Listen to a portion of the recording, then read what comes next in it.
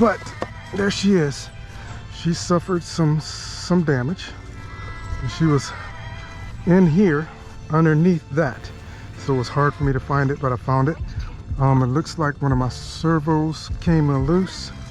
Alrighty, here we go again. What's going on? This is Altone, and this is the Maiden video, multiple Maiden video at that, of the Creative Altone 53-inch flying wing that was designed and inspired by Aerostuff FPV. So I was actually going to break up all of these videos into another, at least 2 videos, one this week and one next week, sharing additional flight footage and all of that with you. But it turns out that, well, it didn't go so well. So let's just get started off with the first flight, or the first day of flight, because I've actually taken this guy out for 3 weeks attempting to fly him since the first video. I'm usually well ahead on my videos, so let's go ahead and roll the first day.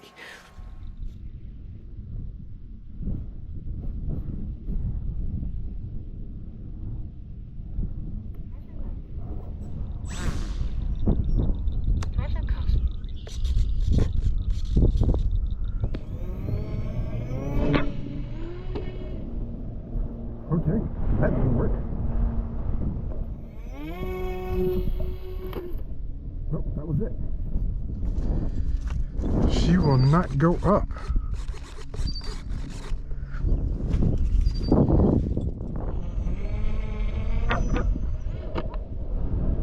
Yep, that was it. She will not. Well, she goes straight nose down every single time. Even without that in there, she's done. So, well, the motor just ripped completely out. So that's that for that. We're gonna have to go back to the drawing board on this one.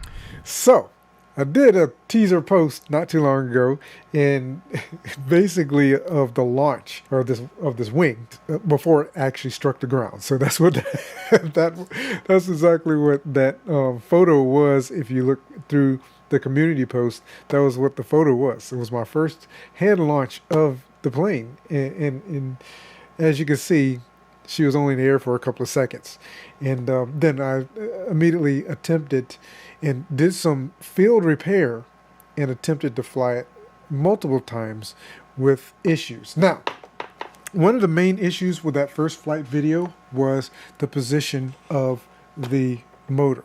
The motor was actually sitting high, which caused this guy to nose down.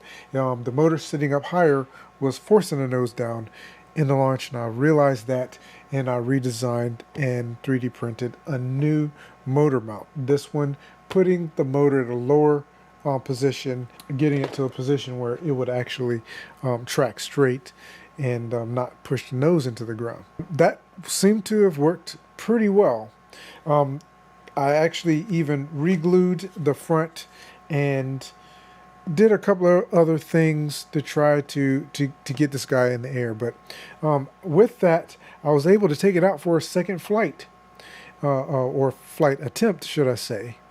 And this is how the second flight attempt worked out. And I think this was a little bit more successful attempt here. Check it out.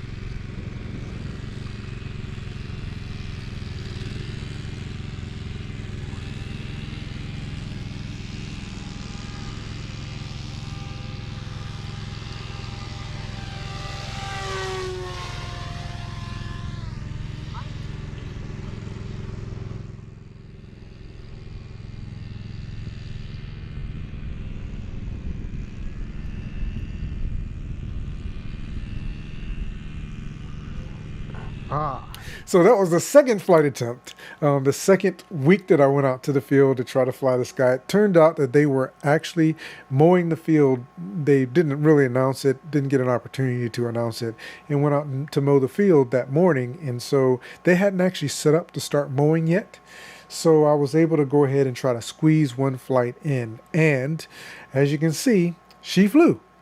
With the adjustments that I made with the motor position, as well as a couple of other things. Now that flight, I was actually running a gyro. So you might notice that it was doing a little bit of a twitch. I actually had it in a horizon mode or a level. And it was doing the best it could, honestly, to try to do that. And I don't know if the gain, which was set at 50%, which is what the gain was from the factory, was causing that oscillation in the flight. I don't know if that's what was causing it, but she did fly. She flew one time. I was really happy. And then it took me about 30 minutes searching for this guy in the woods, basically. I'd pulled a Mini 3 out. Tried to see from the air where it was located at, all of that, trying to find it in that nice little patch of trees. And then I finally did a trick, and the trick was I used the signal, because I had the signal set up. You notice in my radio it announces the signal strength.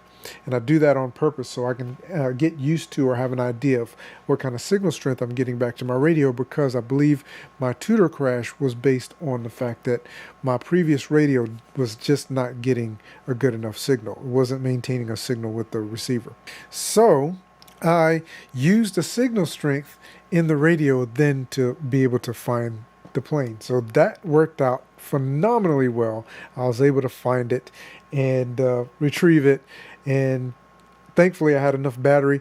And one of the things, again, using Express LRS ER6 along with my Radio Master with a built-in Express LRS module in it, I was able to get inside my truck with the radio still connected. I still had plenty of battery power on the aircraft. So I was able to drive in the aircraft with it still connected over to the site, walk around, look for it, all that kind of stuff. Then, while it was still connected, make the adjustment so I could see the receiver connection in my radio and be able to find the wing buried kind of into it was like in the bush. It was upside down, so with the Mini 3 flying, I couldn't see it. I was expecting to see in a bunch of green, a nice white patch.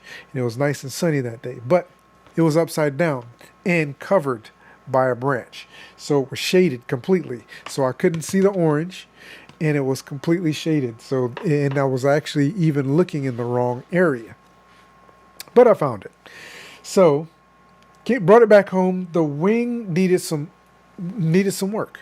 And so what I did was, and of course both of my servos had popped out, so I assumed that I had too much stress. The surfaces were putting too much stress on the servos that popped them out because I didn't put a lot of hot glue. So I came back in, I re-glued in the servos, I reinforced the wing in the back here, and then I'd actually put cards in here and covered them with tape again and put a nice little L bracket in the front here to add some rigidity.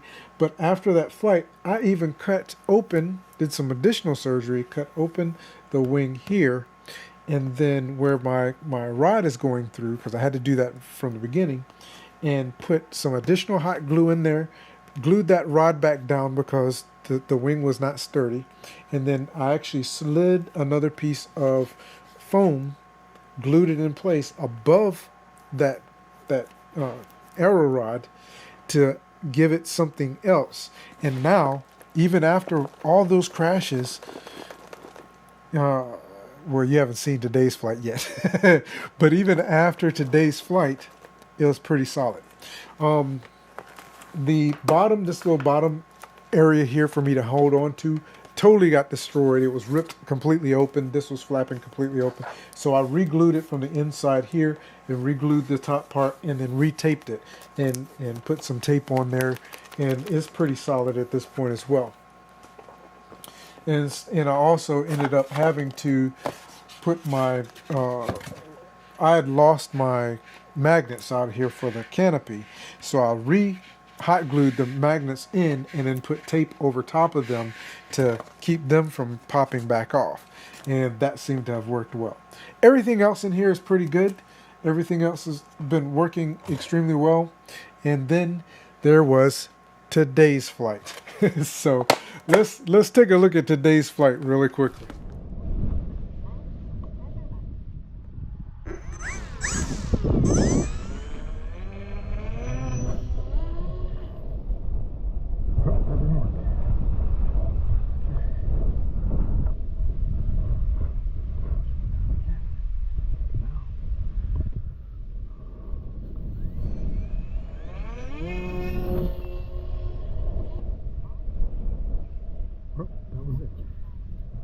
I don't know why.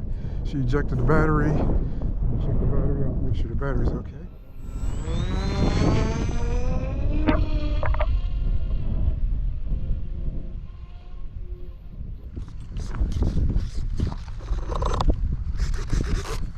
Let's see what we got. Everything seems to be okay. That was really wonky. She's still solid. So that was today's flight. Now, as you're looking at this plane, this is the result of today's flight. We have the front is open because at one point the battery ejected all the way through, which is what happened before. Lost the battery, completely ejected from the plane on the last flight. There's so many different things that took place here. And I don't know if you noticed that one flight, I actually had it in the air one time. I actually attempted to fly it without the GoPro in the front, just to see if that was going to help. And she did a spiral into the ground, and all I was trying to do was make sure that it didn't hit my truck in the process. So that's one of the reasons why I actually go out and fly by myself. I'm in a very nice controlled area, and it's just me. And again, I'm able to somewhat be sure that no one else is around. If it so happened that something did go a little crazy, I pretty much can control it well enough to just, you know, have this guy ram into the ground and wherever place it is and not have to worry about it hurting anybody. So that was it. That's the last flight. So let's talk about where we're going to move from here with this particular airframe. I think right now in my mind, I'm thinking I'm going to retire this specific airframe. I'm looking at this as a complete learning experience. Building this plane out, taking it out multiple times to fly it, it was a very good learning experience for me. And I've got some design ideas. I'm going to do my best to lighten this plane up. I've got a lot of foam in here. I want to maintain the rigidity, but I want to lighten it up and put a little bit less foam in the overall build. The wing the wing area is going to be the same, except I'm going to try to make sure I do the wing properly. But the fuselage itself may be a little bit smaller.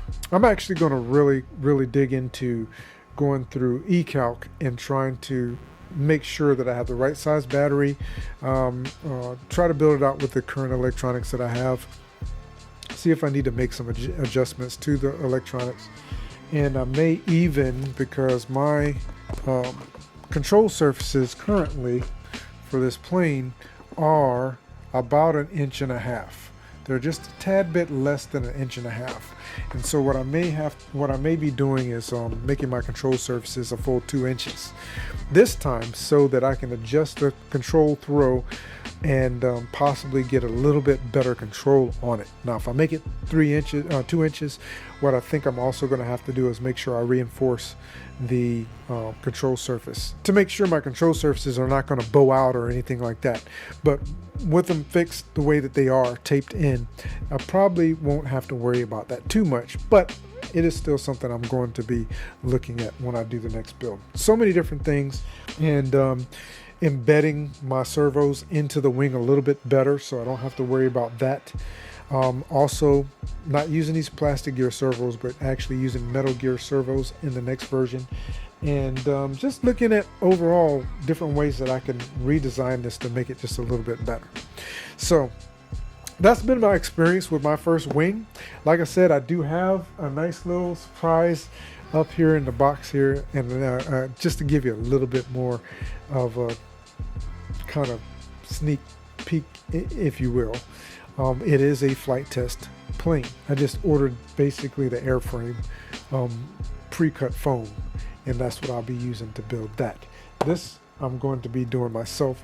We're going to take our time this time and really dig into eCalc, like I said, and hopefully I'll be able to share with you as I'm going the design, the things I'm doing with the design as I'm building it. So I'm going to really try to take my time and get this done right. I want to be able to fly this, my first wing. I want to be able to fly it very soon. So that's basically what's going on with this. Again, it's been a learning experience. I hope that you learned something from it.